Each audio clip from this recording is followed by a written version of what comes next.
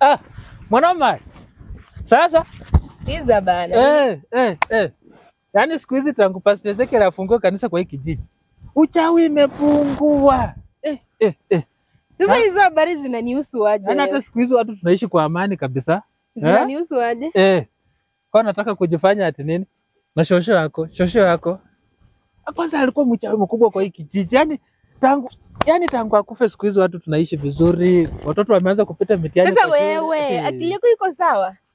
Kwani mshosho wa miaka 107. Kwani unataka kuniambia pia akikufa si uzee tunataka kuita uchawi? Uko sawa kweli? Mwanaume, nani ajui shosho yake alikuwa mchawi? Nani ajui shosho yake alikuwa mchawi? Mtu mzee zifariki salama. Yaani Pastor Ezekiel amesaidia watu kwa hiki kijiji. Yaani kanisa yake imeleta mabadiliko. Wewe kitu ya kufanya. Acha umbea tu mwanaume mzima hivi. Acha umbea, tafuta kazi ya kufanya. Hiyo ndio umeniita kunisimamisha hapa. Hata unajua Cosmas aliuza shamba yake. Unajua ilikuwa imekataa kuuza. Wewe potelea. Ameuza. Cosmas ameuza shamba sasa hizi mtoto wake ameenda shule. Ilikuwa imeshindikana kuuza shamba yake.